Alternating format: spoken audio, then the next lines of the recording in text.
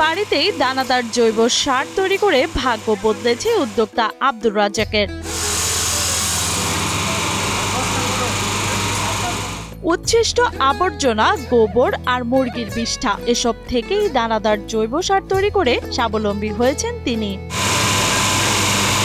জয়পুরহাট সদর উপজেলার বজরপুর গ্রামে কৃষি উদ্যোক্তা আব্দুর রাজ্জাকের এই কারখানায় তৈরি হচ্ছে দানাদার জৈব সার। ছোটবেলা থেকেই একজন আদর্শ কৃষক হিসেবে পরিচিত ছিল আব্দুর রাজ্জাক। তার আগ্রহ ও কর্মস্পৃহা দেখে একটি স্থানীয় বেসরকারি সংস্থার কৃষি কর্মকর্তা সাদত হোসেন তাকে উদ্যোক্তা হওয়ার পরামর্শ দেন। কৃষিক্ষেত্রে জাখস ফাউন্ডেশন নতুন নতুন বিভিন্ন উদ্যোক্তা তৈরি করছে।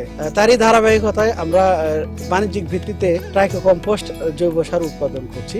শুধু এই ট্রাইকো কম্পোস্ট সার দুইটা উপায়ে আমরা এখানে তৈরি করছি, একটা হচ্ছে দানাদার আর একটা হচ্ছে অদানাদার। পরবর্তীতে প্রশিক্ষণ নিয়ে গত বছরের শুরুতে নিজ বাড়ির পরিত্যক্ত জায়গায় প্রক্রিয়াজাতকরণ কারখানা গড়ে তোলেন রাজ্জাক। এরপর গোবর, মুরগির বিষ্ঠা ও নানা আবর্জনা থেকে তৈরি করা প্রয়োজনীয় উপাদান প্রক্রিয়াজাতকরণের মাধ্যমে তিনি প্রস্তুত করেন দানাদার জৈব সার, যার নাম দেন রাজ্জাক জৈব সার। এটার প্রসেসিংটা হচ্ছে আপনার সর্বপ্রথম মূল উপাদান গোবর, তারপরে আছে মুরগির বিষ্ঠা, এর সঙ্গে আছে আপনার সবজির উৎকৃষ্ট অংশ, তার সঙ্গে তামাকের গুঁড়া, মূল উপাদানটা আছে ট্রাইকোডার্মা পাউডার। এখান থেকে আমরা হাউজের মধ্যে ঢুকাই দিই। হাউজে এটা আপনার হলো 40 থেকে 50 দিনের মধ্যে পচন ক্রিয়া সম্পন্ন হওয়ার পর এই মালটা বের করার পর বের করে আনে কিছুদিন বাইরে রাখতে হয়।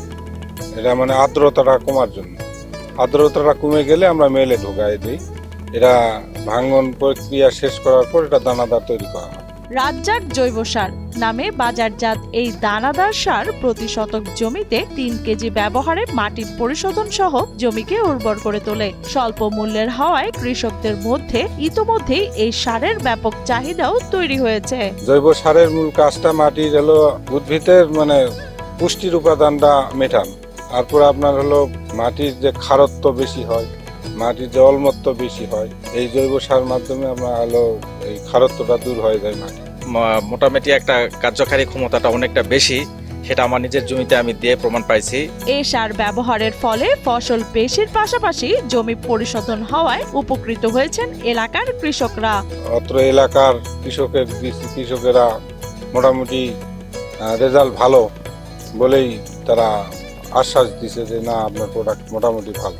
এই উদ্যোগে কারিগরি ও আর্থিক সহায়তা দিয়েছে স্থানীয় একটি এনজিও। মাত্র 3 জন কর্মচারী নিয়ে পরিচালিত এই কারখানা থেকে মাসে 30 থেকে 40 হাজার টাকা আয় করছেন উদ্যোক্তা আব্দুর রাজ্জাক। আগামীতে যা আরো বেশি হওয়ার সম্ভাবনা রয়েছে। এটা আমার ওজন হলো 40 কেজি ওয়েট। 40 কেজি আমরা পাইকারি দিচ্ছি 465 টাকা রেট দোকানদারের কাছে।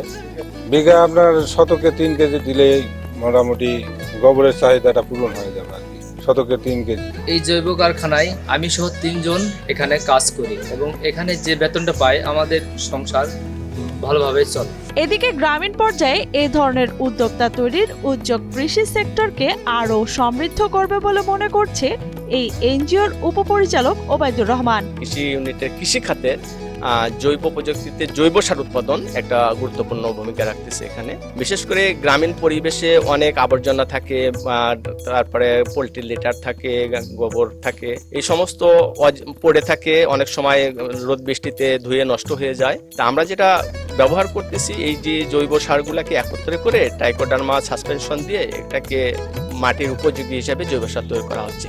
তাতে করে মাটির উর্বরতা শক্তি বৃদ্ধি পাচ্ছে, পাশাপাশি কৃষিতে একটা নতুন দিগন্তের সৃষ্টি হয়েছে। তাদের নিজস্ব ক্ষেত খামারে ব্যবহার করে পাশাপাশি এই কাজে আগ্রহ প্রকাশ করে, সেই জন্য আমরা এই সারগুলাকে গ্রামীণ পরিবেশে উদ্যোক্তা তৈরি করতেছি।